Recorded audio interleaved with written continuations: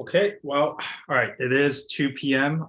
Here in Toronto, so we are going to get started. I know more people are going to get started to trickle in over time, but just so that because time is limited, we will begin. So, good afternoon, everyone. My name is Stephen. I'm the editor-in-chief of the Commandant Journal, and I would like to thank everyone for being here for our first event, Afghanistan: An International Perspective, where we will be discussing the war in Afghanistan through the prism of 4 different nationalities. We hope through this discussion, we can really understand this consequential event and contemporary history in a more global lens, as well as bring a personal element to the story.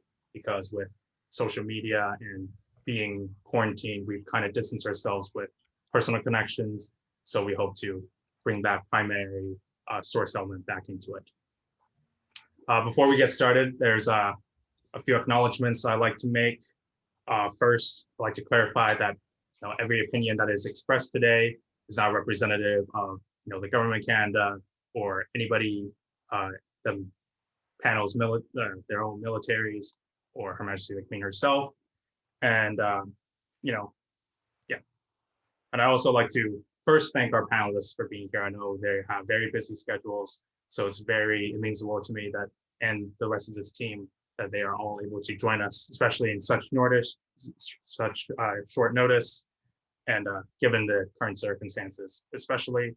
I also like to acknowledge the hardworking board of editors that I've been having the pleasure to work with over the past 4 months putting together this journal.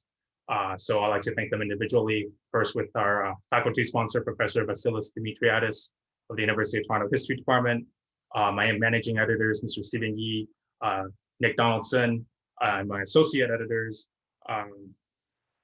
Michael Malakin-Snyder, who can't be with us today, Singhan, Liam Brown, John Bram, Benjamin Bailey, and Lauren Vera, and also my digital editors who are unfortunately not with us today, Martin So and Kelvin Jang. I also like to thank all the people who were able to connect me with members of the panel. So first, thank you for Liam for connecting me with Charlie. Thank you to Mr. McEldranick, who I'm not sure if is with us today. He served with the 1st Infantry Division in Korangal, Afghanistan. He put me in contact with Major Schueman. And I also like to thank Ms. Wendy Long, who I know is in the audience today. She got me contacted with Mr. Mohammad Omar Abdullah through the Afghan Interpreter Association. So thank you to all 3 of those people, and especially to Ms. Wendy Long for giving a voice to the Afghan interpreters who unfortunately have trouble coming into our country. So with that being said, we would like to also take a moment to acknowledge that today is International Women's Day. So happy International Women's Day. And also I'd like to acknowledge the sacrifice of Captain Nicola Godard, who was the first female Canadian soldier to be killed in combat in Afghanistan. She was a very inspirational officer. Everybody that's worked with her spoke very highly of her, and we thank her for her service and sacrifice to our country. Right, so with that being said, we will begin our roundtable discussion. So the first 45 minutes, we will be asking questions to our panelists. So I would like both our panelists to introduce themselves, and we'll start with Tem Greenhalgh, and then we'll go to Charlie, and then we'll go to Major Schueman, and then finally we'll go to Omar. I guess that means I'm up. Morning everyone. Thanks for having me on this, Steve and Ben. Thanks for the invitation. My name is Tem. Initially British Army, so I joined in 2010, spent 6 years in there, and then 5 years ago to the day, in fact, I moved over to Canada, and since I've joined the Canadian Scottish, which is a local infantry unit. Background is predominantly in the intelligence corps, so from an ISR perspective, so intelligence, surveillance, and reconnaissance. So definitely not your rear echelon type intelligence. You'd think more on the grassroots side of things. So yeah, spent 6 years doing that. It was a great time. Got a tour of Afghan out of it. Worked quite closely with the US Marines, so I'm very happy to see them in the panel as well, and very closely with interpreters too. So there's quite a lot of coincidental meetings here. But in a nutshell, that's me. Happy to answer some questions and be glad to get into it. All right, right on. Yeah, thank you, and thank you to my esteemed colleagues. It's wonderful being here. I'm currently an undergraduate student at the University of Toronto. I started my degree over 10 years ago, but given the situation with the pandemic, I've had the opportunity to return to school, which has been really beneficial for my recovery and everything that's going on in my life. A little bit of background: I joined the Canadian military in 2003. I was a member of 1 PPCLI, Princess Patricia's Canadian Light Infantry, and deployed with them on Task Force Orion in 2006, and had an opportunity to work through the AOR in both Kandahar and Helmand province. And then once I got home, I trained, went to Recce, and then I became a close protection operator, did a course down in Blackwater, USA, and then deployed as a CPO in 2008. Had the opportunity to bodyguard for some Canadian dignitaries while overseas, primarily Peter MacKay and Maxime Bernier. I ended up leaving the military in 2009 to start my studies. And then I had a few opportunities to work in Ottawa privately. And then I rejoined the military with the Governor General Foot Guards as a reservist, and had another opportunity to deploy back as a close protection operator to Kabul in 2012 and 2013. Since I've worked in both the private and public sector, and now most recently returned to school. So I'm excited to be here. Thank you. Thank you. Hi, Major Schueman. Hey, Thomas Schueman here. I commissioned in 2008, went to 3rd Battalion, 5th Marines. I was a platoon commander in Kilo Company. We deployed to Sangin, Afghanistan from 2010 to 11. Came back, I went over to 1st Reconnaissance. I got sent on individual augment, where I was advising a reconnaissance TOLI or reconnaissance company of the Afghan army. I also, at that time, went to TACP course and became a JTAC. So I did a lot of JTAC work on that deployment to Afghanistan. So I was back in Afghanistan 12 to 13. From there, I went to the School of Infantry. From the School of Infantry, I became company commander, 3rd Battalion, 4th Marines. We deployed to Australia. And from there, I went to grad school at Georgetown, got a master's in English, and I'm currently teaching literature at the Naval Academy. So I'm still active duty, still an infantry guy, just slinging Shakespeare these days. Right on. All right, finally, Omar. So, good afternoon, everybody. So, I'm Mohammad Omar Abdullah, one of the left behind Canadian interpreter.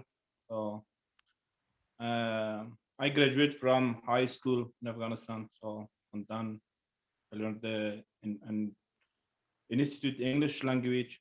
After that, when I graduated from the English language, then I joined with the Canadian task force in Kandahar, in MSG, with battalion group. And after that, when the Canadians left Kandahar, then I joined once again with the US for ID in Arghandab Valley. Right. And after that, I came back to Kabul. I learned 6-month medical staff, and I worked in the hospital for around 2 years. After, when I got problem on trade from the insurgents, then I came here in Germany, and here I learned around 1 year the the German language, and as a nurse specialist. So I'm now in Germany, and that's all. Right on. Okay, so our first question is, so jump in if you're ready to answer, is why did you join the military and the branch that you ended up being specifically? And why did you decide to become an interpreter for coalition forces? Okay. Why I joined in the military as an interpreter?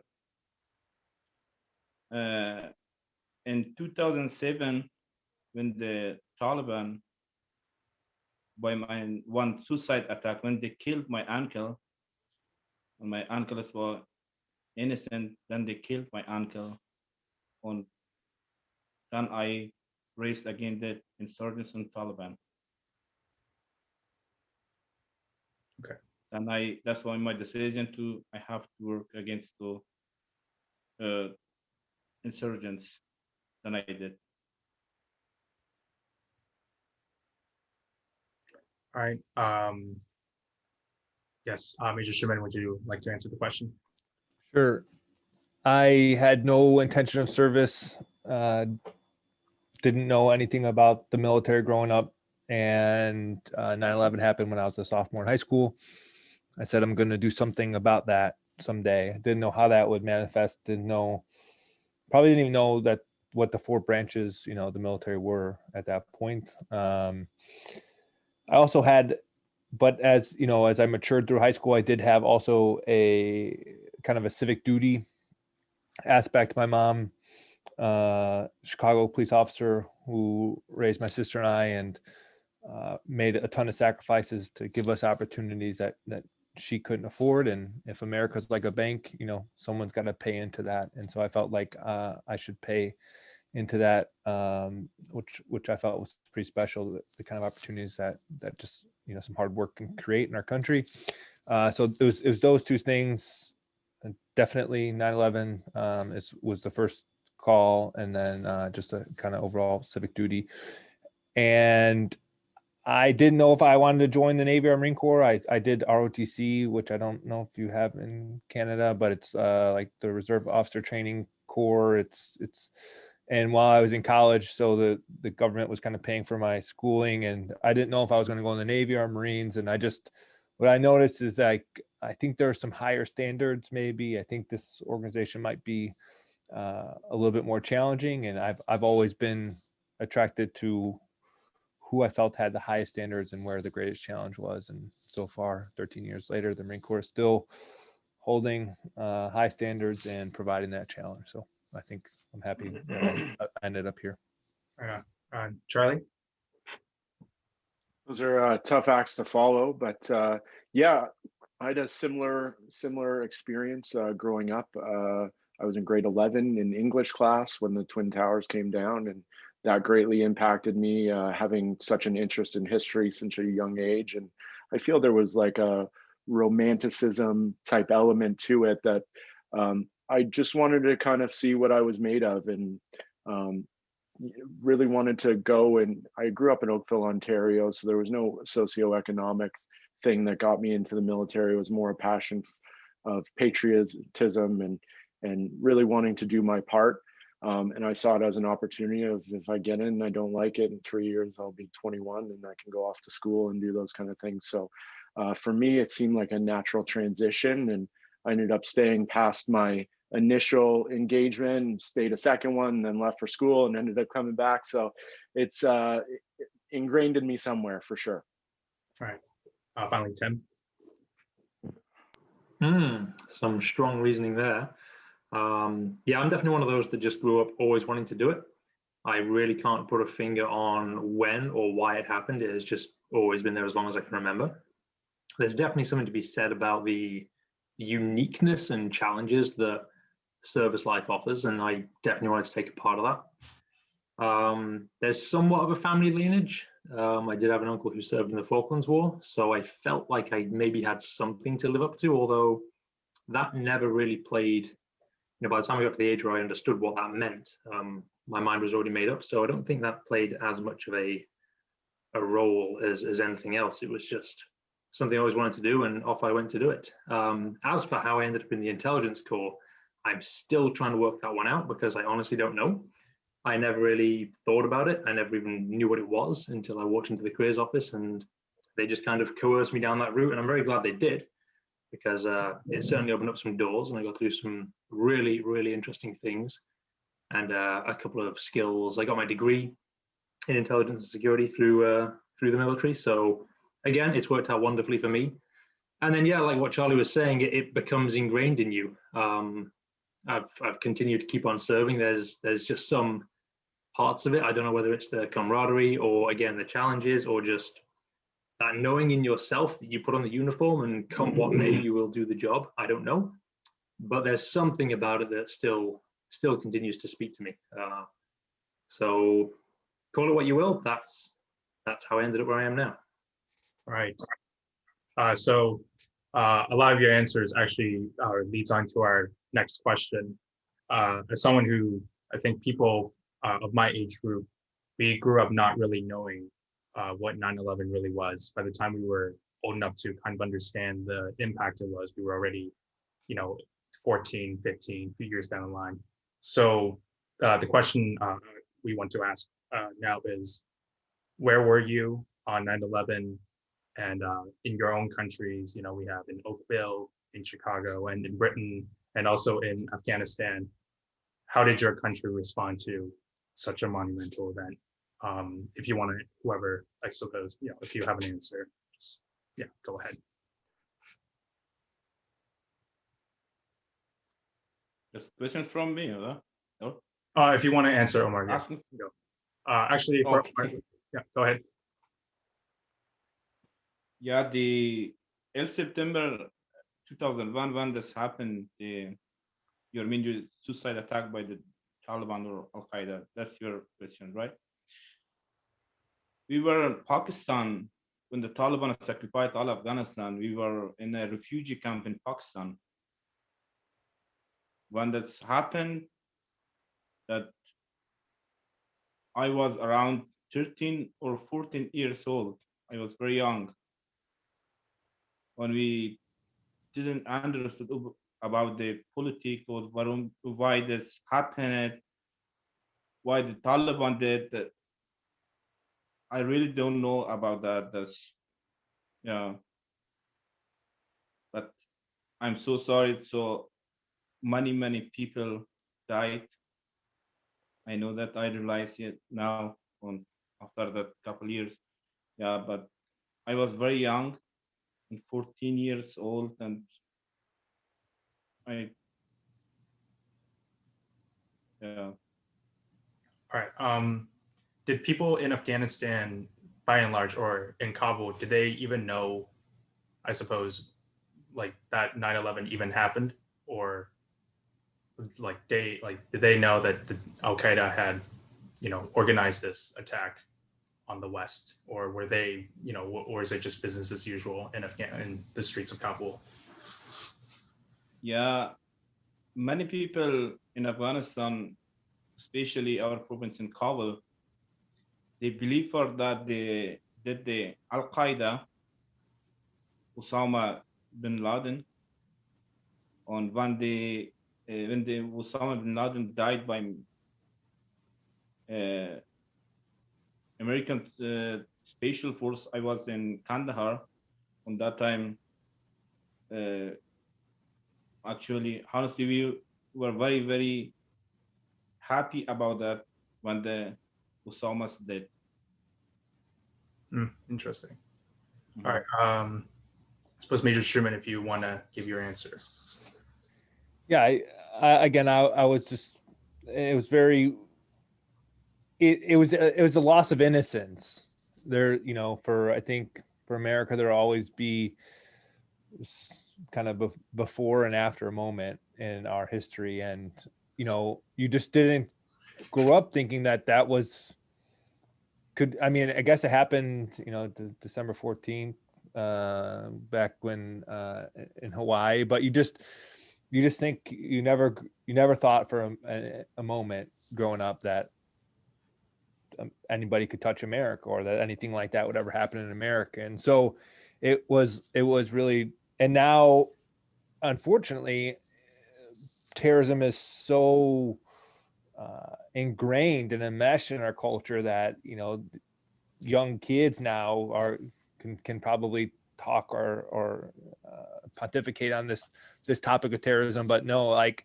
it was just when you were 12 and 13 and 14 years old, if someone would have said something to me like that before, you'd said, what are you talking about?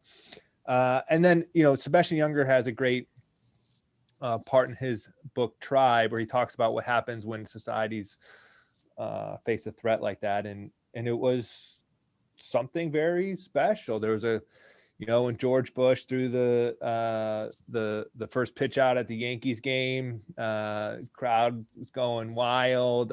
He's down at a construction site saying, we hear you. And just every house had an American flag. It was like everybody was each other's brother.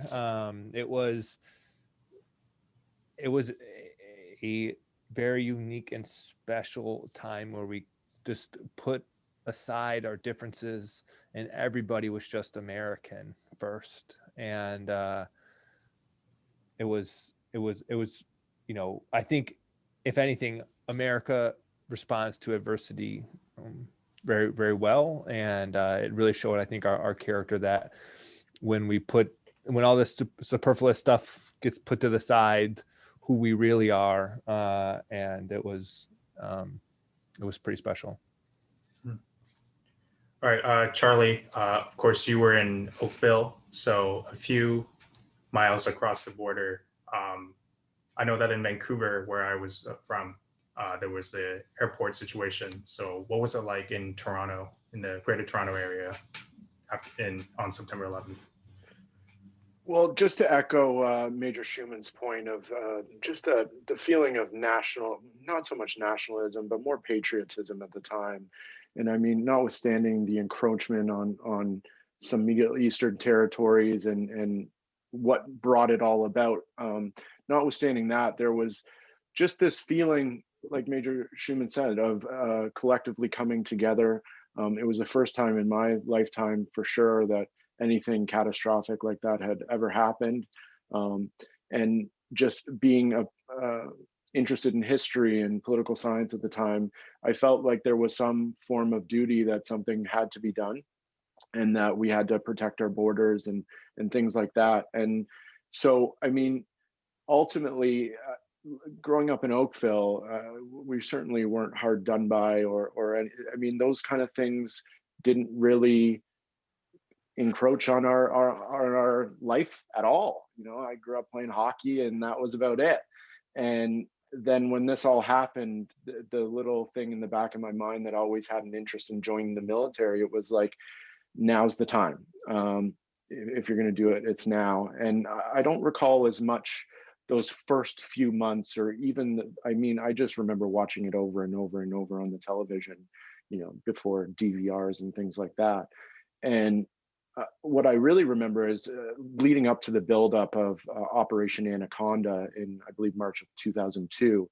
And that's when my sister battalion, 3 PPCLI, this was obviously before I joined, was working very closely with the American military on that operation. And, you know, a lot of our history was written starting in March 2002 in terms of Canada being known as being in the fight with our coalition brethren and sisters as well. So yeah, I mean, it was a whirlwind of emotion, and I still had another year of high school, but that's kind of when things switched for me. And then, like I said earlier, it was just, you know, if I join and I go, and what comes of it will. And so it was a really exciting time, a really scary time, but ultimately a ton of young men and women answered the call and really showed what they were made of. Right. Yeah, that's really powerful stuff.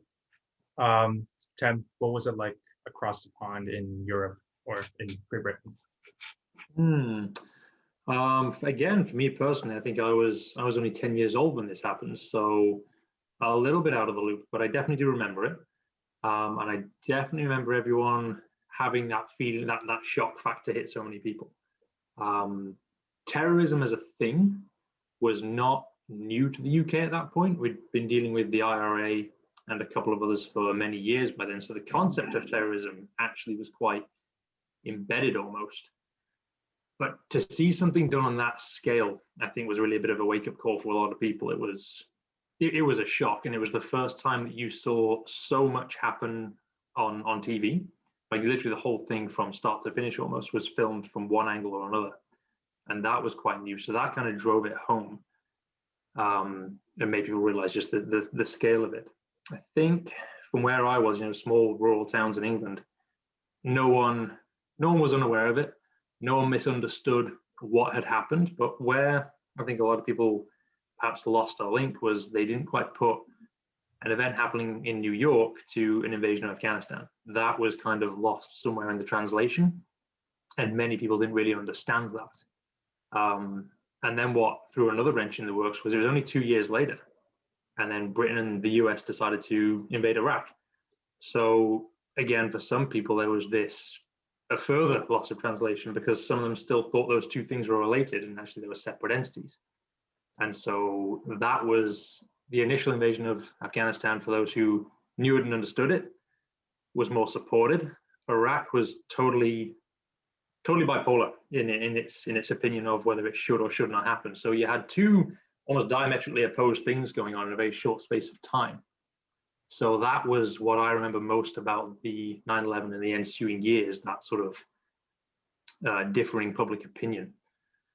For me personally, again, yeah, I was only 10, so I do remember it happening, and I do remember it solidified the desire to want to go and do something. That was when you started to get, again, more things being fed onto the mainstream media, those grainy images of guys in the mountains, some stuff happening in places like Tora Bora as well. That was kind of going on. So I do remember it. And I remember it kind of fed into that desire and that resolve that at some point when I was old enough that I would go. And by the time that time came, everything had again come full circle. Iraq had kind of died down and Afghanistan was back in the main spotlight. So interesting how it all played out.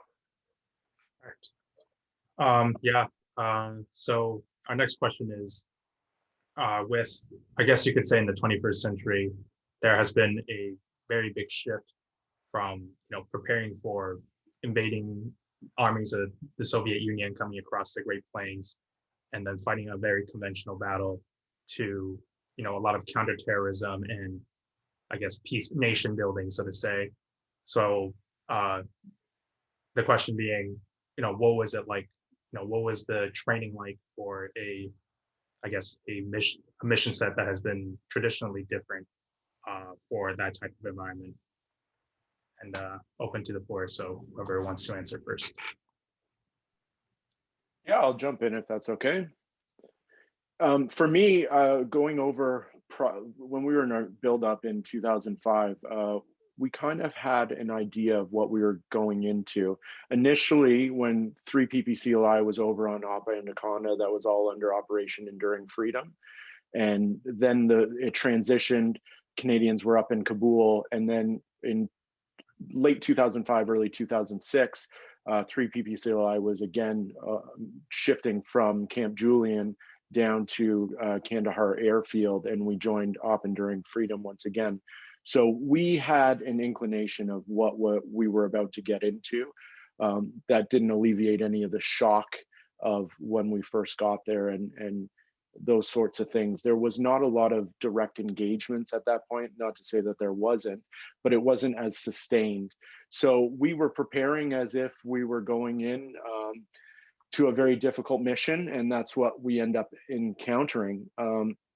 So it was very difficult when we first arrived in terms of getting shaken out and getting ready to go on missions. I mean, the culture shock alone, obviously, many experienced it. So yeah, I mean, initially going into it, there's this element of when you go through the training, you want to confirm your training in some form or another. So we were itching to get there and to confirm our skills. So and we did have that opportunity. So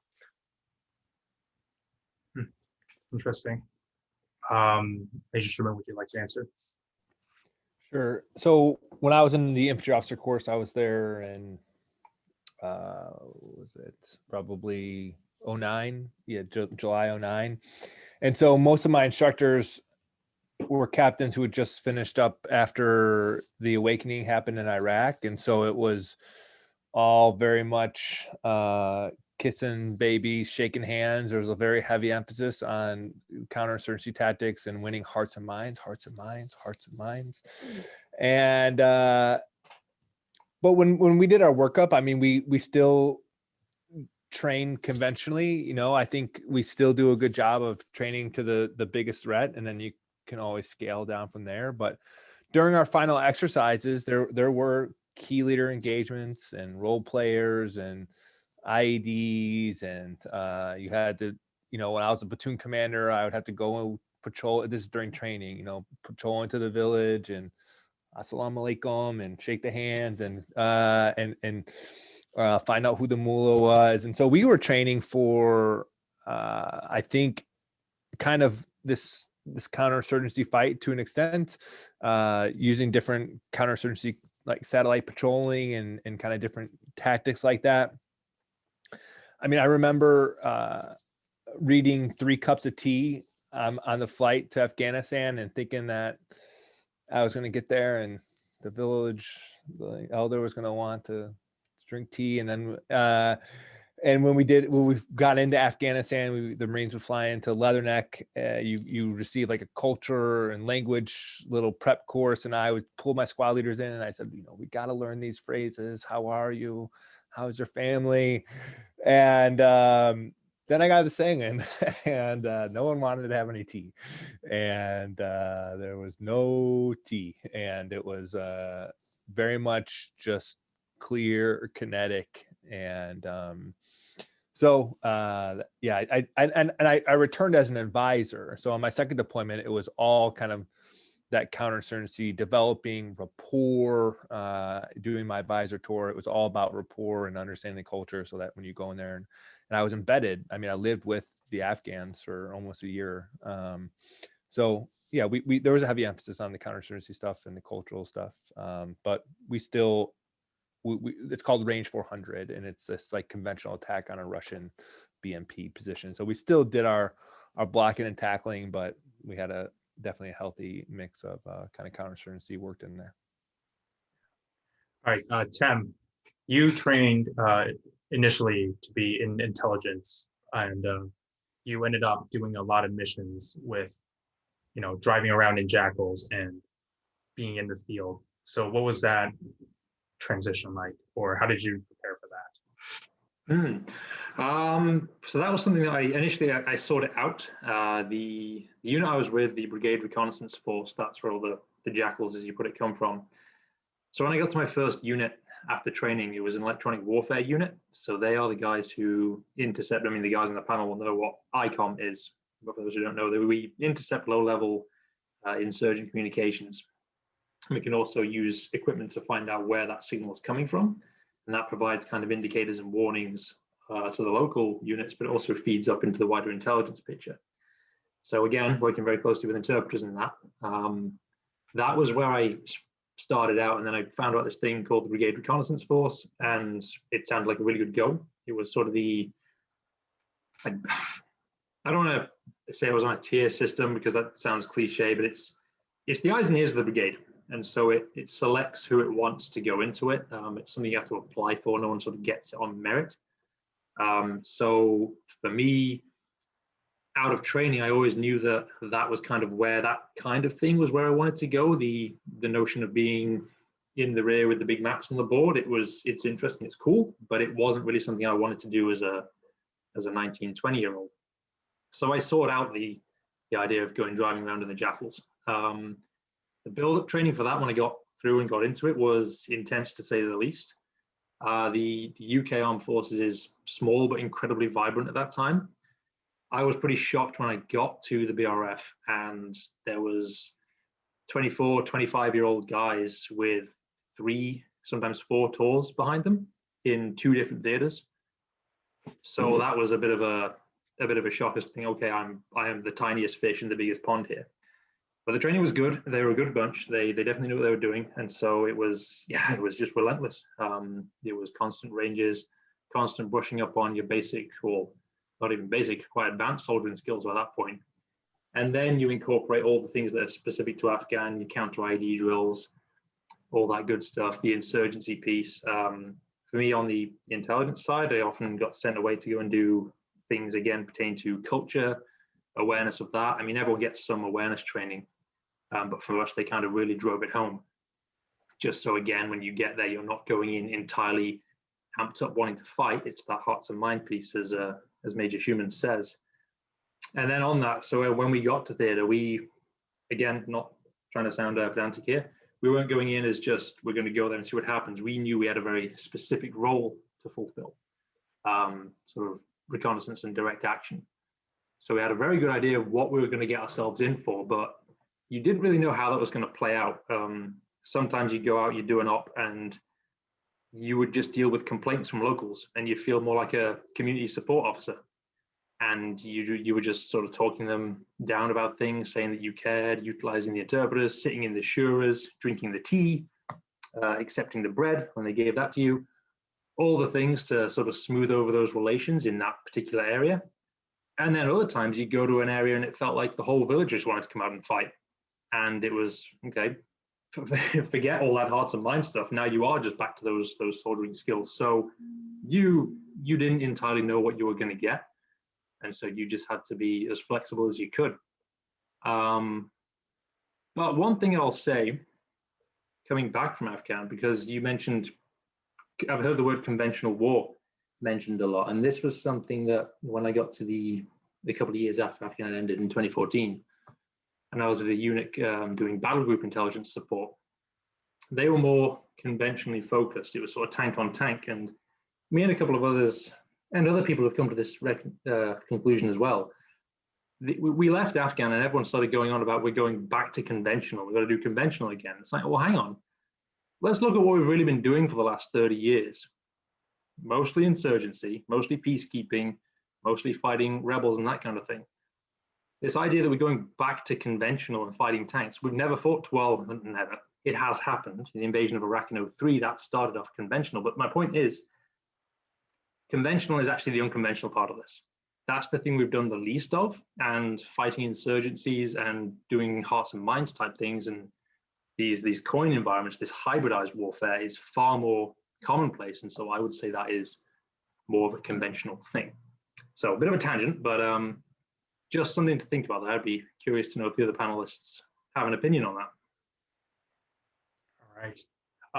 Omar, for you, I think this is actually something that not a lot of people know about, but what is actually the process of becoming an interpreter?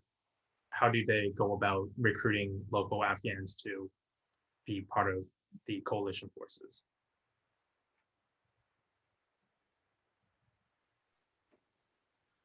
Steve, please repeat this question once again. Yeah, so what is the process of becoming an interpreter for the coalition, and what kind of training did you receive, if any? What kind of training I did for the local people, or you mean, right? For your, so when you got attached to the RCR with the Canadians, did you do any training for that?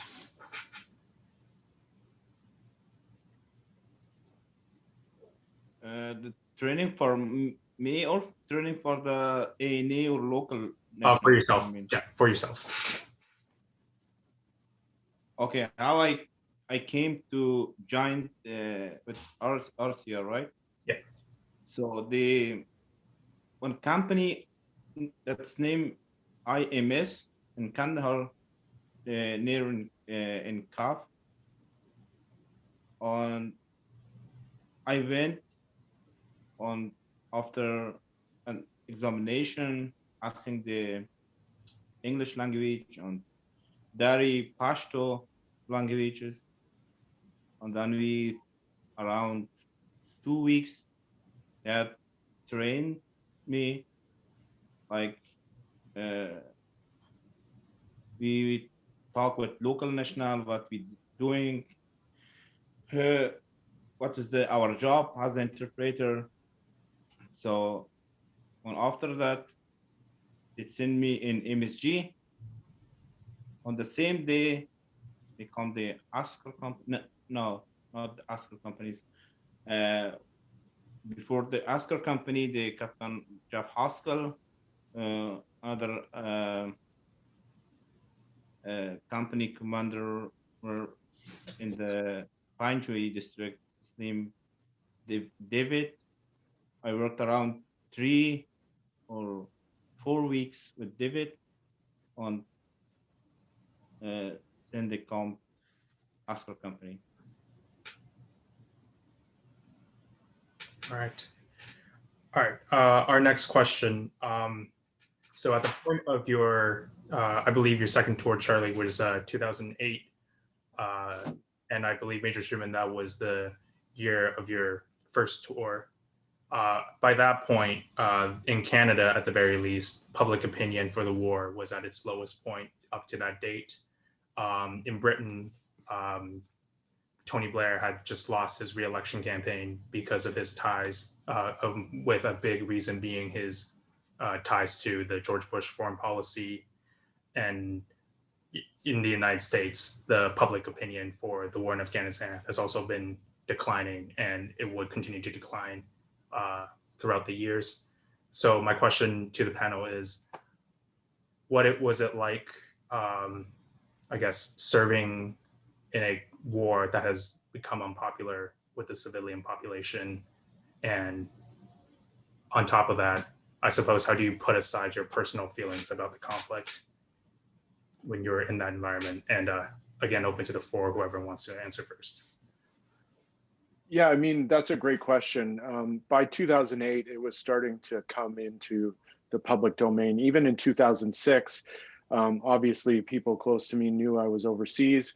But getting back to what Tem was talking about earlier about the conventional, unconventionalness of the whole conflict, was that when I first got there with the battle group, there were very few bases. I mean, there was Kandahar Airfield and things like that, but we were a mechanized battalion that moved to where the threat was. So we had a lot of freedom of movement.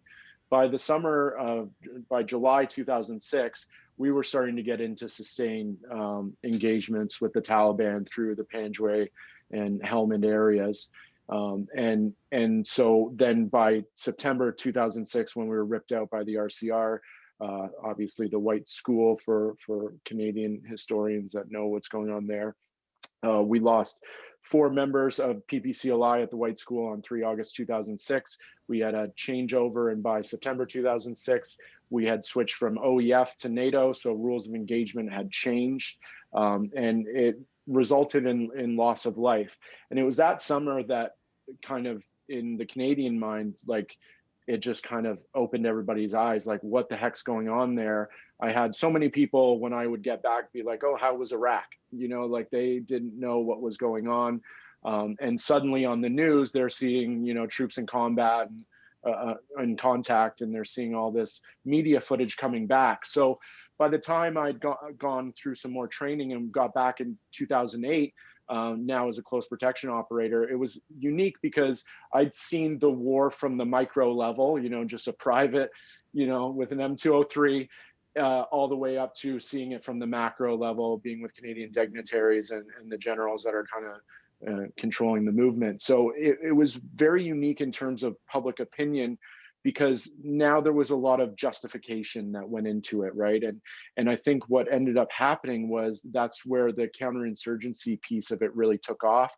We started creating more bases, so we had more scope of influence. We could actually engage in doing rebuilding projects and things of that nature.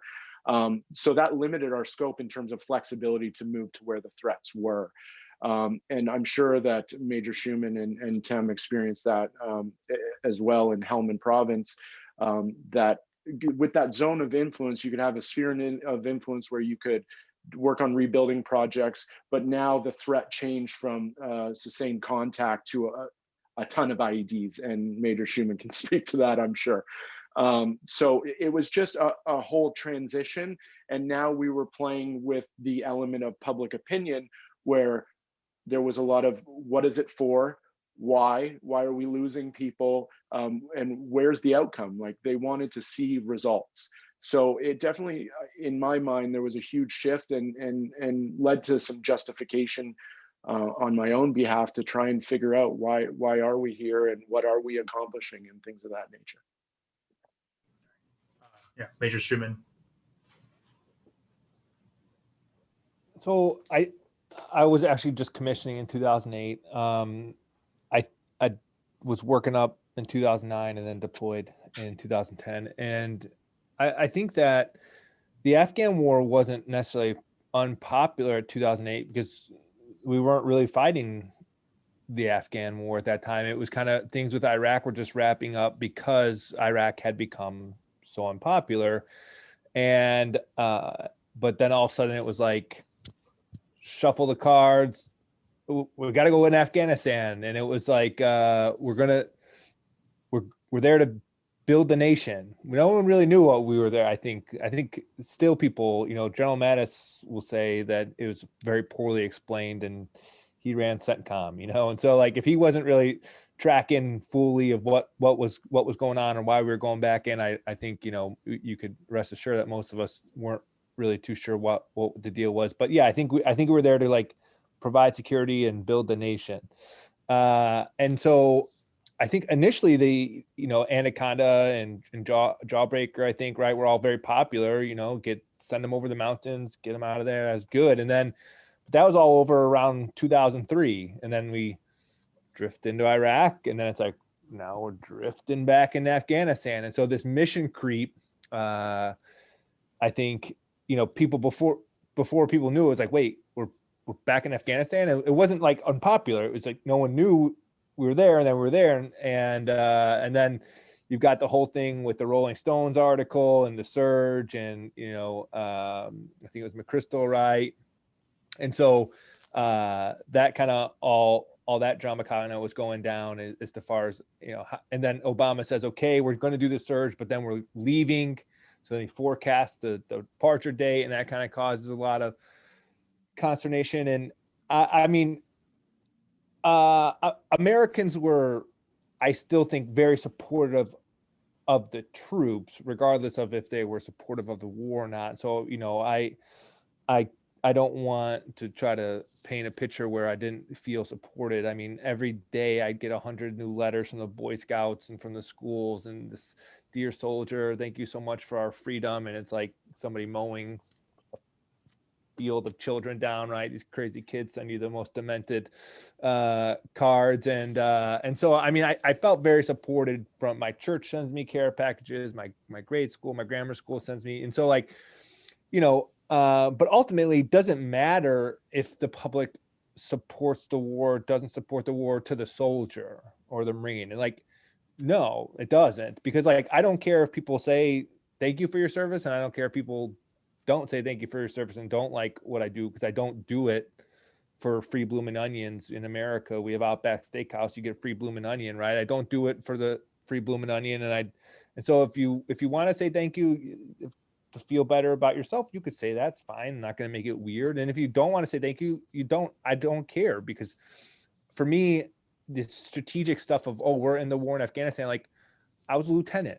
Like, what is it? Like, no one cares what I had to say, and it's fine, right? And so I'm playing my part, and I'm playing it well. And so I know what my role is. Like, I have a tactical role here, and that's just what I'm going to focus on. And so what's interesting is that now, recently, very recently, it's almost become popular in some parts of the country to support the war again, to recommit to Iraq and recommit to Afghanistan, is some of the recent language to kind of come out. And that seems, I think we seem very confused. If do we support the war? Do we not support the war? Do we want to stay in Afghanistan? Do we not?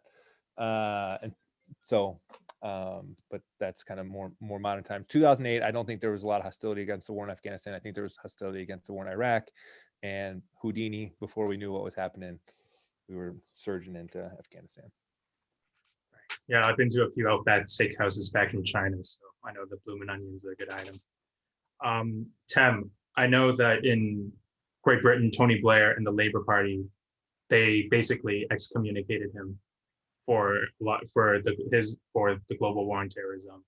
And there's been members of parliament even who call the Taliban akin to like the Patriots at Concord Bridge, and even supporting, you know, I think it was David Lord, I don't remember his name, but I saw a debate with Hitchens that he even said, like, you know, some of the British troops even got what they deserve in regards to hidden IEDs. So what was it like in, like, what I suppose, from what I understand, the wars, both Afghanistan and Iraq, were very unpopular in the UK. And did you feel any of that blowback? I mean, obviously you came in a few years down the line, but did you feel the blowback at home? I would agree and disagree there. Iraq, yeah, I've already alluded to that, and that one, it just started on the wrong foot. It really did. No one had any idea why we were there. At least that's how it was portrayed, and it was cloak and daggery the way it was portrayed, and the reason kept changing. No one had much of an inclination as to what was really going on there, and that stuck around and it never went away. And even though there were some who still supported, like myself, I found myself in the boat of, well, I will support it anyway, because irrespective, again, from the soldier's point of view, that's their job, that's what they've been asked to do, so they're going to go and do it, and they are. So that was, and some people maintained that point of view, but others were so lost in the, well, not lost, but stuck on the morality of the situation that it just never got that same level of support. And yeah, so the early Afghan stuff had really disintegrated into obscurity by that point. But then I remember 2006 came around, and Britain went into Helmand province, and everything just went mental as far as the news was concerned. And that's the nature of Helmand province. I think one MP said we're going to go in there and not fire a shot. They were wrong. they were incredibly wrong. And it was just all over the news. I just remember all of a sudden it was, did I miss something? Have we gone to war somewhere else? And all we'd done was change provinces. But that was met with, I found, support. I'd never found that Afghan and 06, 07, 08, and as you started ramping up in the years, I never found much animosity towards it. And now I don't know if that's because it was just portrayed in a much more transparent way as to why we were there. People knew who Hamid Karzai was, and understood what our relationship with him was. So I don't know if it's because of that. I don't know if it's because it was part of NATO and therefore they felt better about it. But I don't recall Afghan as being as vilified as much as Iraq was. There's always going to be people who don't agree with a war no matter what you do. But by and large, I noticed it was supported a lot, and a lot of charities and spin-off organizations came about as a result of it. The biggest one that I remember was the Help for Heroes campaign. And I still loathe that term, heroes. It's just cliche. I'm not mocking what they do. I just don't like the term. And again, it's like what Major Schueman said. If you want to say thanks, you're welcome to. I don't do this for your thanks. Not many of us do. And if you are doing this just for some other validation, I think you're in the wrong job. So I don't like those terms as much, but I think the fact that those entities existed did a lot to garner a lot more public support. The only thing that I felt was people would ask me when I made my intentions very clear, why do you want to do that? Why do you want to come put yourself into harm's way? Why would you want to do that? But it was never a case of, I think you're wrong or evil or stupid for doing it. So the bigger picture was certainly more supported, I think, for the Afghan campaign, and more people were on board with that notion of they're just normal guys who are doing an extraordinary job. And so they supported the soldier more than they did the war, so to speak. But that didn't happen for Iraq. So don't know why that was the case, but that is definitely how I felt about it. And then, when I was serving, if I was ever seen in uniform, I never got, or just meeting people who, friends of friends who want to know what you do type thing. When you're at some dreaded house party, people were curious, but I never really got much in the way of animosity or, probing questions or anyone wanting any negative feelings towards you. So by and large, I would say Afghan supported, Iraq, not so much. Right, that's very interesting.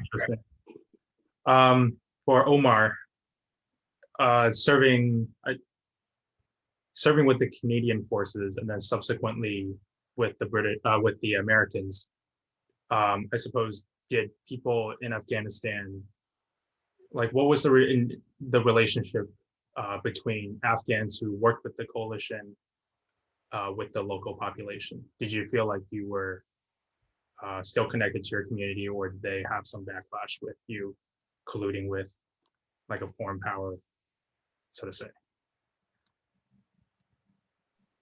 Yeah, the behavioral connection with the local national, with Canadian, when I were with the battle group in Panjwai district in Chilor, and a small village, I think so, we didn't have a very good connection with local national, because the Taliban had activity around all these two villages. and the people from this two village, they want to support us. They want to have build a good connection with us, but they had really scared from the Taliban because Taliban had control from this 2-3 village, and the people really escaped from the situation. So when I were in Arganda with US, Dragon Company, 4ID, on the people from Arganda on the with the people from the Pineway district, they were completely different because Arganda people, they wanted to help us, or they had a very good connection. And sometimes I was very confused because in they work with us on in night, they turned again against us. I mean, ALP, Afghan local police, they work with us, we support them, and then in they work with us, we support everything, we give everything for the local police, had good connection, and they were not trustable.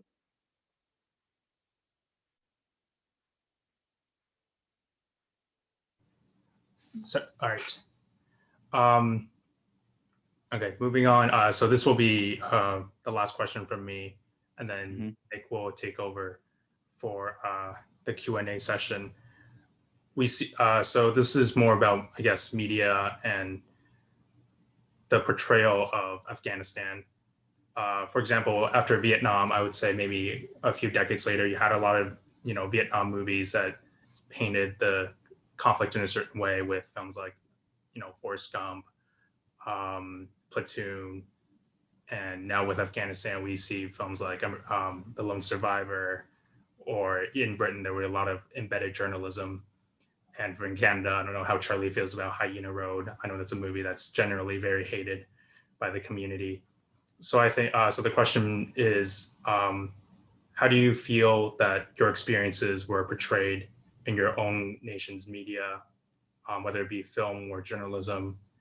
And also, what are some misconceptions you think civilians generally have about the conflict and what your experiences were? And again, if, whomever feels free to answer first can just unmute themselves. I didn't catch really the question because I'm 5 years here in Germany. My English language is. Yeah, that's no problem. Please repeat once again, Steve. Yeah, no problem. Yeah, so to repeat the question, it's I guess, how do you feel the media in your country portray the conflict, and how do you think it's different from reality? Yeah. And also, what kind of misconceptions do you feel like people generally have about what you do? So, and if, I suppose, Omar, if you want to answer first, how does media in Afghanistan? Yeah, I understand, Steve. Thank you. Personally, I think so about the media responsibility to release the reality, what is happening in country, right? Around 3 or 2 months ago, a suicide attack by McNaughty's ID, I can say ID or mine. So we lost a young man with a high quality education. He died because he was very honest and work honestly with the media on release. Everything is very clear for the population in Afghanistan. That I think so. Insurgents is now with our government, working together on the media's also under threat in the risk. Interesting. Anyone else who want to jump in? Just, yeah. So. Yeah, I mean, getting back to my point earlier, and I think the difficulty we face in Canada is the historical notion of being peacekeepers, right? And that's kind of what I was getting to earlier. I think it might have not come out a little bit clearly. I certainly felt supported by the general population in Canada. However, the situation that unfolded especially in 2006, I can only speak to my experiences, but the idea that we were peacekeepers and then suddenly in the media's eyes, we weren't. And so it was a big change of how we frame what our military is, what we do. And I mean, it can become very misconstrued in the military or in the media, but the media plays a significant role in democracy, right? So it's important. I know from my own experience, we had a number of embedded journalists with us. Sometimes it ended poorly and things were reported on that probably shouldn't have been. And other times it came out, very clear as to what type of operations were happening. We had some embedded video journalists from the States who ended up doing some documentaries and things like that. I feel that the documentaries, I know Major Schueman mentioned Sebastian Younger and Tribe earlier. Obviously, he did a fantastic work on Restrepo. And so there's a lot of really good documentaries and things like that. The films, not so much, especially in the Canadian context. But I mean, they get it accurately to some extent, but there's going to be, a little bit of license there in terms of fictionalizing, the really exciting points of it, because ultimately at the end of the day, there's a lot of dullness in between engagements and things like that. And so that doesn't get captured.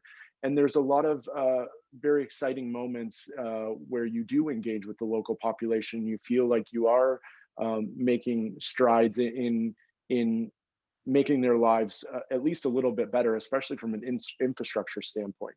So it goes both ways. I'm not a big fan of the machine that is Hollywood, but they've done some really good work as well, just providing exposure to people and just some recognition. Yeah. Major Schueman, I know in Canada here, we love to feel superior to the United States whenever we can. But I suppose, how do you feel as the Hollywood industry or the media conglomerates in their role in portraying the war?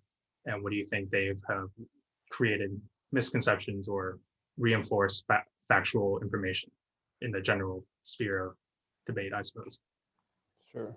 There's how you'd like to feel, and then probably the reality. Tim O'Brien would say, right? Should we be so focused on a true war story?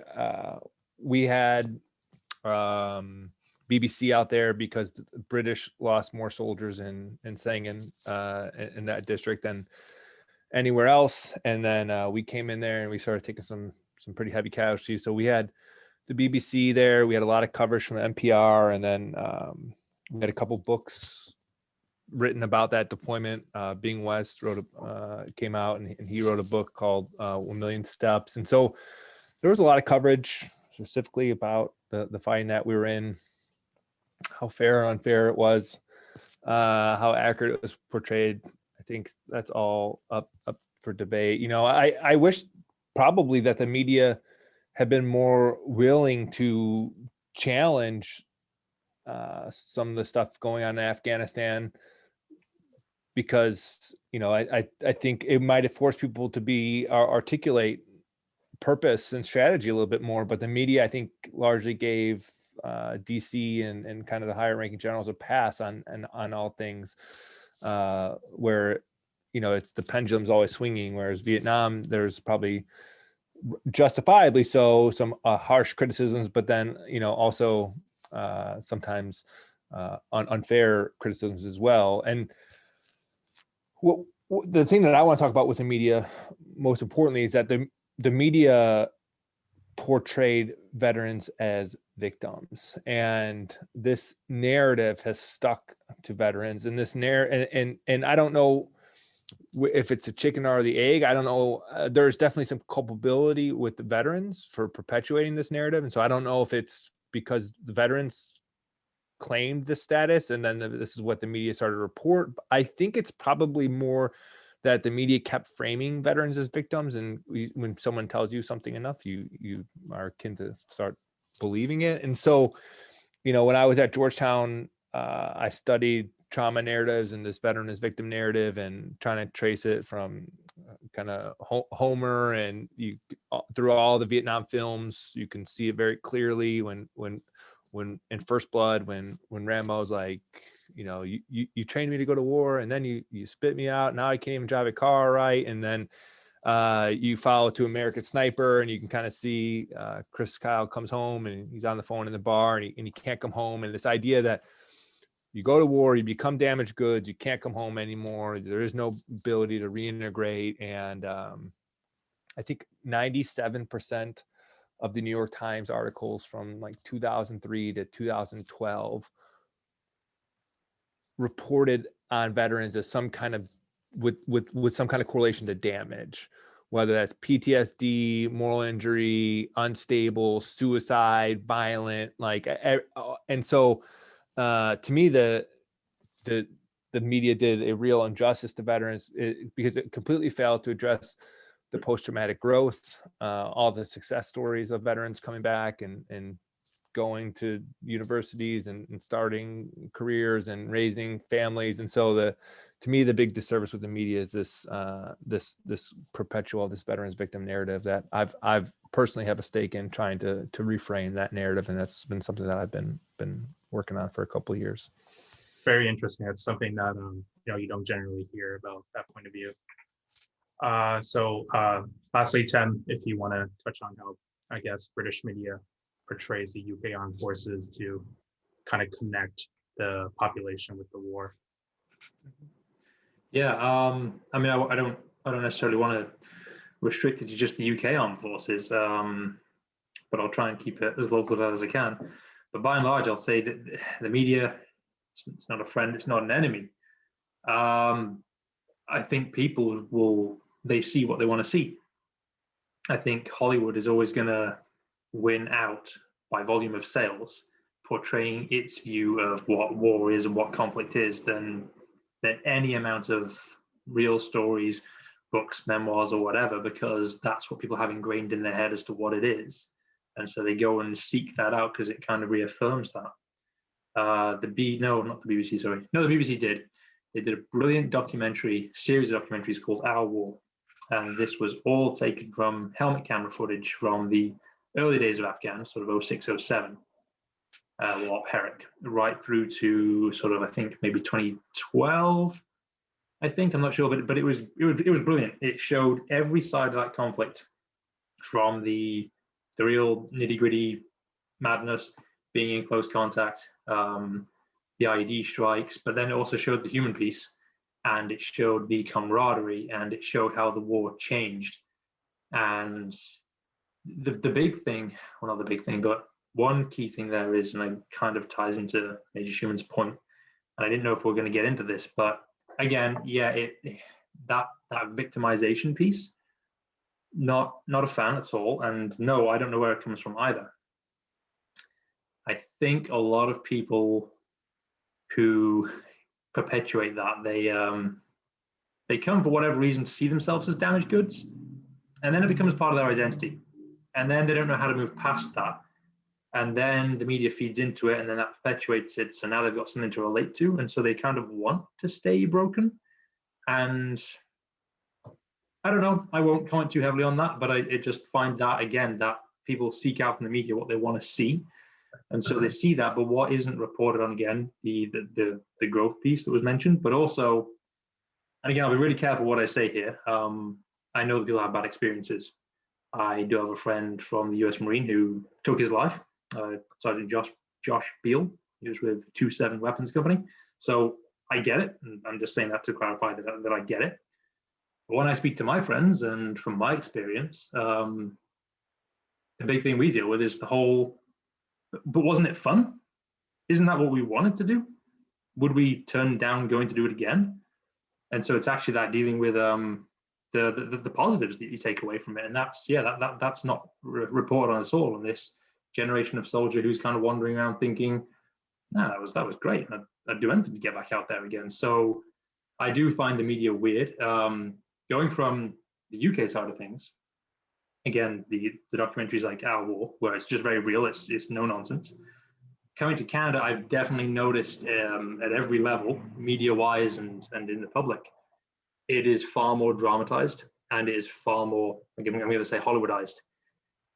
All these buzzwords of did you see combat and this kind of thing, and it's just, oh, again, there's no realism involved in it. There's no sort of just boiling it down, whittling it down for what it was.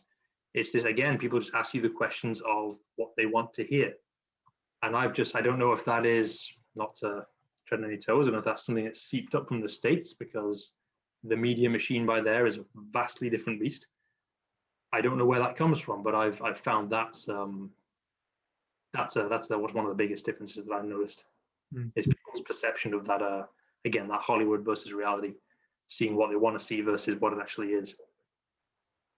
All right.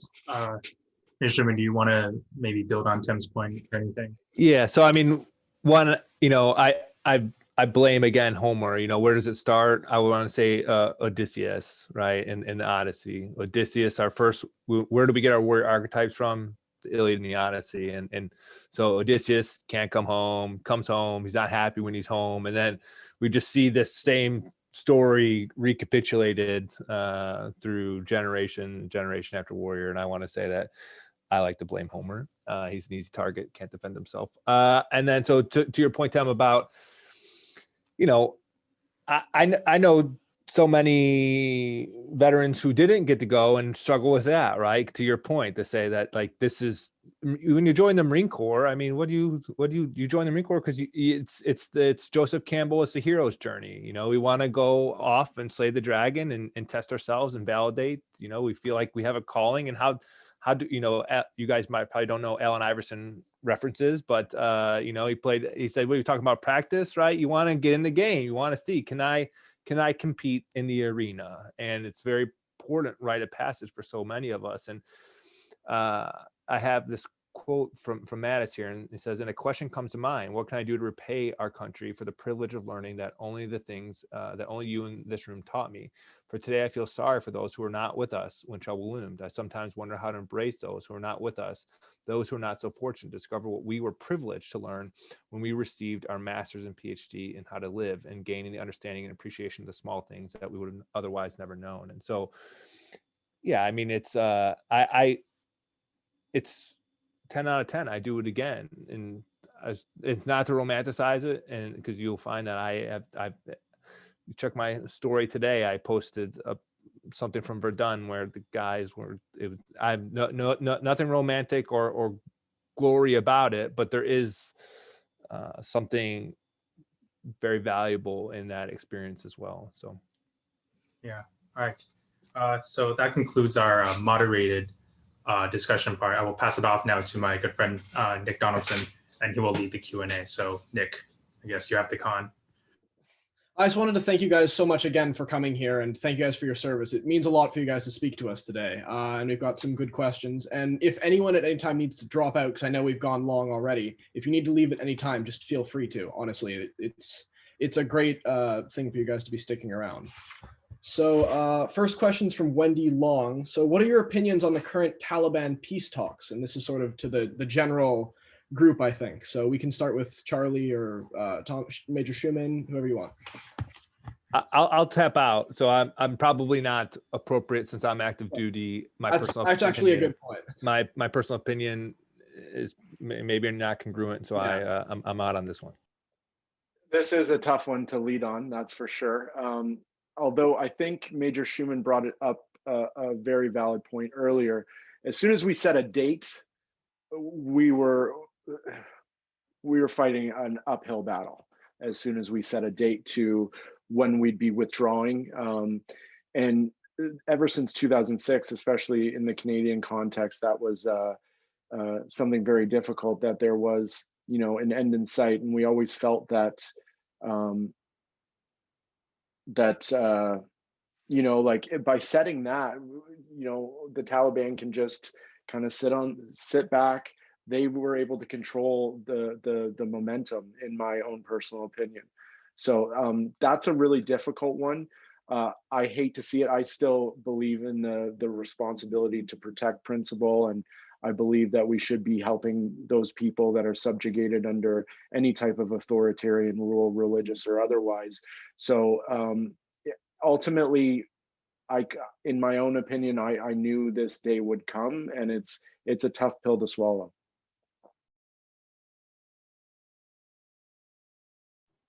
I suppose I'll throw in something in again. I'll caveat a little bit the active service thing, but I'll say some things. And I would suggest anyone interested in that would do well to look at the Northern Ireland peace process and the Good Friday Agreement. And that was something that came about at the end of a 30-year conflict, which is nothing on, say, a 100-year conflict, but it's still quite a long time, and it was a very complicated process.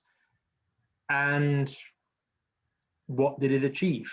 It achieved peace in the main conflict was over, what we came to know as the conflict, but it didn't really bring complete reconciliation to everyone involved. So I think with these things, it's a case of what are you trying to achieve, and what's your exit strategy? We went into Afghanistan with the best of intentions, and I believe we delivered pretty well, all things considered. But what is the long-term goal? What's the exit strategy? What are you really trying to get out of this? If you can answer those questions, then I think you'll have a better understanding of any kind of peace process. But if you don't have those questions answered before you go into it, or an idea of how you can answer those questions, then you may have a bit of a long road ahead of you. I think that's a really insightful parallel to bring up towards like the Consociational Agreement of North Ireland. That's a very good point. Omar, do you have anything to build off that at least, or anything to speak of towards the negotiations? Yeah, about the negotiation with the Taliban and government and the youth also a part of them. So the Taliban government, they want to come back again on occupied most of our country, and what they want this name in our language, Amr bil Maruf and Nahy anil Munkar. That means what they want Taliban. For example, they were in Afghanistan. They want the same government back in Afghanistan, and that's impossible. On the peace consultation, some like this is the enemy. Yesterday, the enemy. How is this possible? Come today back friend with us. And in the end, I want to, when you have time, I want to show for you, all of you, a short video that's from the Taliban. When you can hear this is in Dari language, but maybe you can someone translate it.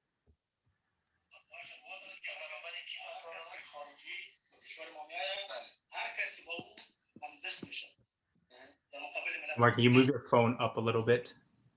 Just like raise it a little bit higher.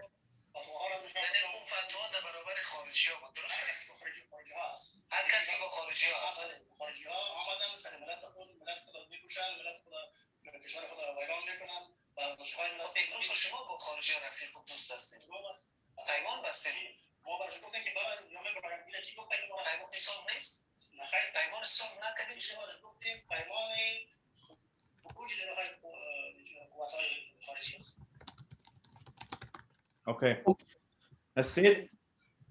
Omar, if you want to also send that to like the group chat, you could also send like a link possibly into the chat that other people could look at if they wanted to see that for themselves. Or you could send it to myself, and then yeah, I will send for Steve. That's it. 1,500 mullah or Maulavi. So they had said when someone work together with ISAF, coalition forces in Afghanistan,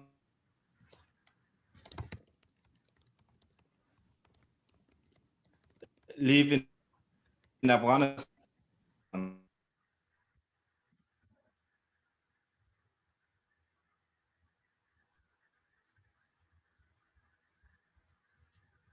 Has Omar cut out? Yeah, I think he's cut out. Okay. All right. Major Schueman, I know you wanted to say one quick thing before we move on to the next question. So I'll let you. Yeah, so there's a great book called The Sorrow War, written by Bao Ninh, who's a northern Vietnamese soldier, and it's the end of the war, and he's fought from literally the 1964 through the entire war to the fall of Saigon. And he started as an enlisted private in the Northern Vietnamese Army and gets promoted to to an officer. And they say, "Oh, you must feel great, you won." And he says, "No one wins in war. All my friends are dead. Everything about my home is destroyed. The only thing that I feel is sorrow." And so, when you talk about getting it's just everybody loses, and the overarching kind of feeling is, you talk to Marlantis, you talk to O'Brien, and they'll just tell you the overall feeling is just sorrow. And so if you're looking for a clean, good way out, if you're looking for a kind of redeeming victory feeling, I think I don't know if we're going to find that. I think generally that everybody has lost in this. There's no real winners in war, as like you said. From Liam, what was the best tool you had or wish you had to do your job well? And what, like, this could include equipment or personnel or relationships, maybe skills you had, things you were taught, that sort of thing, that idea. Yeah, the best thing I had was a Marine Lance Corporal. I mean, they're the ones that fight and win the wars, and so it's the junior Marines are the best thing that I was equipped with, and they were the ones running point through the minefields, attacking through IEDs and U-shaped ambushes, jumping out there and getting their machine guns in the fight. And so it was, to me, the best thing that we have, the best resource we have are young Marines. For me, I'd say my interpreter. They were absolutely brilliant. I amazed at how they knew what they knew. So again, intercepting those communications coming in, and I'd be listening to him saying, "Okay, what's he saying? What's he saying?" And the interpreter turns to me and saying, "Yeah, they're getting some guys together. They're gonna contact us pretty soon." I'm thinking, "Oh my god, I gotta tell someone." And he'd just say, "Nah, they're not serious. Don't worry about it." And he'd be right. And then I'd go to another place and they'd say the same thing, and he'd be saying, "Dude, get your helmet on. This is real. They're gonna do it." I was like, "How do you know that?" And to this day, I don't know how he knew, but I don't know, some kind of sixth sense or geographic area or just the way they were talking to each other. The same with the accents. I'd sometimes get him to try and goad the Taliban on or the insurgents on the radio. And he'd say, "Well, we'll try, but it's not going to work." So, "Well, why is that?" So, "Because I don't sound like I'm from here. So they're going to hear me. They're going to know what I'm doing. And they're not going to listen." And then I'd been able to use him, or them rather, to chat with the locals, and again doing that same thing. They just have this sixth sense. Their cultural and interpersonal skills were just amazing. They would just know so much from evidently so little. So that, to me, that and the dogs were great, good for morale and good for sniffing out IEDs. But the interpreters, they were brilliant, really good. Thanks so much. I'm just going to repeat the question for Omar in case he didn't get it, because now he's back. The current question is, what are the best resources you had or wish you had, i.e. equipment, personnel, skills, that sort of thing, while you were in the field? And I'll pass it over to Charlie. Yeah, for me, it was notwithstanding obviously our interpreters and things, but since Tem already mentioned it, I'll kind of diverge a little bit. For me, coming from such a small military comparatively, we really emphasize the cross training of everyone. So everybody's qualified in almost everything. And that single tool, having so many capable people of doing anything, able to step into any role, we utilize so much overseas, especially when I started doing close protection operations and we were working in 6-man teams. You only had so many resources to rely on. And then outside of that, just the ability to work within the coalition itself. rely on so many American and British assets was so fantastic for the Canadian military, especially in Panjwai when we really got into it in 2006. Having those assets, I mean, saved our lives on multiple occasions. So it would have to be between those two. Thanks so much. Omar, care to weigh in?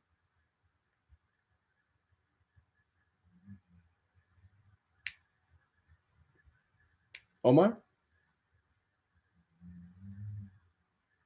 I think his internet might not be working. Yeah, I think we lost him again.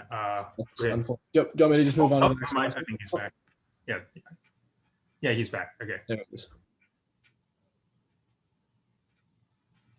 Can you hear us? Omar, can you hear us? Apologies for the technical difficulties. Let me ask him to.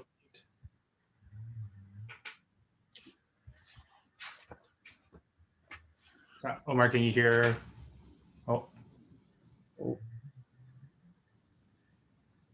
I think he's okay. I think I think we lost him again. I'll just move on then for now. Sorry. Apologies. So going back to you guys' discussion of the media, so how do you think the media's influence, coverage, and cooperation with the establishment affected our sort of understanding of Afghanistan, and why did that sort of, you discussed a lot of the idea how the media changed and affected and shaped in many ways and conflated our ideas of Iraq and Afghanistan. But if we lose the sense of communication of the why, how could that have better been handled? What would you might have changed in order to more effectively communicate to either the populace, the purpose, or to better clarify for the higher officials, the actual purpose of our insertion, sorry.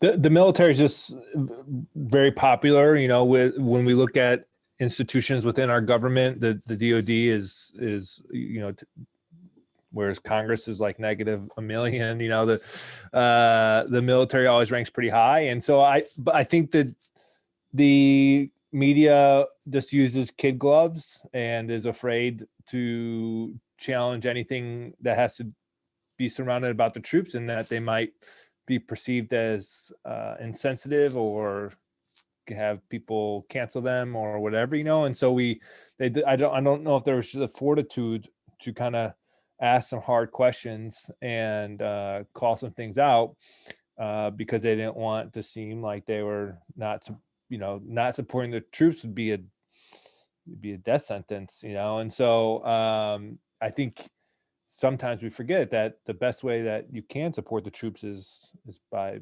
providing some of these challenges and calling attention to the lack of strategy or purpose. And so that's my take on that.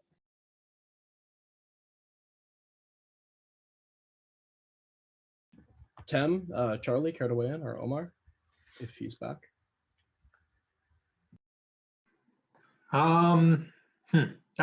It's a good question. I'll give you that much. My take's a little different. I don't know if this is as a result of coming from the intelligence background where OPSEC, operational security, is a thing. That it's a tricky one. I'll start with the OPSEC piece. So operational security, people who don't know, it's the ramifications of what happens when the media or anyone talks about something they shouldn't, to put it very simply. And we saw this again in Afghanistan a lot. So I mentioned those documentaries like Our War, and there was another one, a bloke called Ross Kemp did a really good couple of series.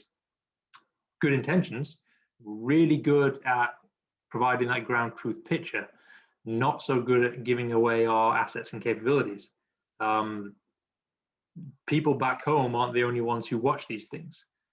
So if you start getting into the grassroots of how things are done and why they're done, you are giving away that information. And for me, yes, people have a right to know, and it goes a long way to smoothing over those public affairs relations, and I do understand all that. But for me, from just my own point of view and being someone who's actually out there doing it, it's not that I'm doing anything nefarious, but I kind of don't need you to be involved.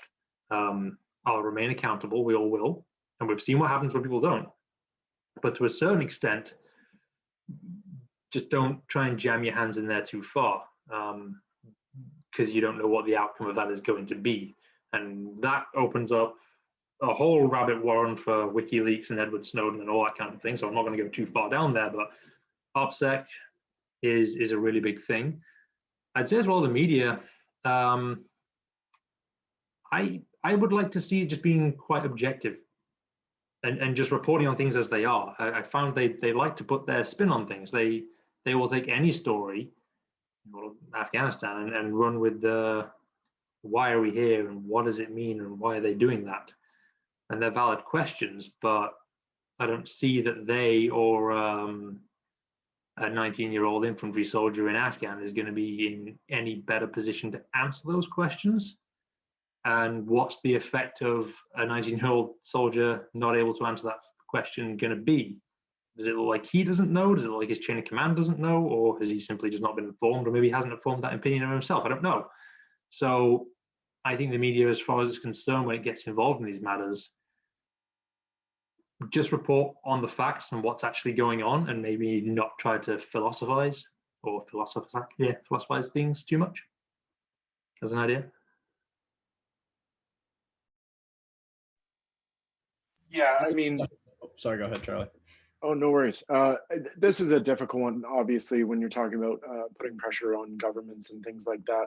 I thought the media, notwithstanding the OPSEC issues and things like that, did a good job at relaying personal stories and the humanizing element of what we were doing there. But when you scale that to the macro piece, I felt there was a lot of academic vigor missing from the strategy piece, a lot more apparent in the United States, but I didn't see as much of it in Canada. Just a lot of pressure from the military or from the media, obviously, of what, from my perspective, it was, especially given the context I gave earlier about Canadians typically as peacekeepers, there was a lot of questions surrounding that piece. Like, I thought this is what we do. We're not meant to, or historically we were war fighters, but typically we've been engaged ever since the Suez Canal in peacekeeping operations all the way up through Bosnia, Kosovo. And then suddenly it had changed. And there was just a lot of questions regarding that. But in regards to what you were saying, putting pressures on governments, I don't really have much to say on that end. Well, thank you so much. Because we've taken up so much time, I think we're just going to cut off the section there. We didn't get to all the questions, unfortunately, and I'm really sorry for everyone whose question didn't get asked. If you do have questions for the panelists, I'm sure they might have emails or something if they're willing to answer questions outside of this potentially. If you have other ways of contacting, you could post it in the chat. And I think Stephen has one more thing to say before we go. Yeah, so again, thank you everyone for coming here, both the panelists and everyone who's attending. It's great to see all the enthusiasm that everyone has had for this project. Just at the very end, I want to quickly address Omar's current status.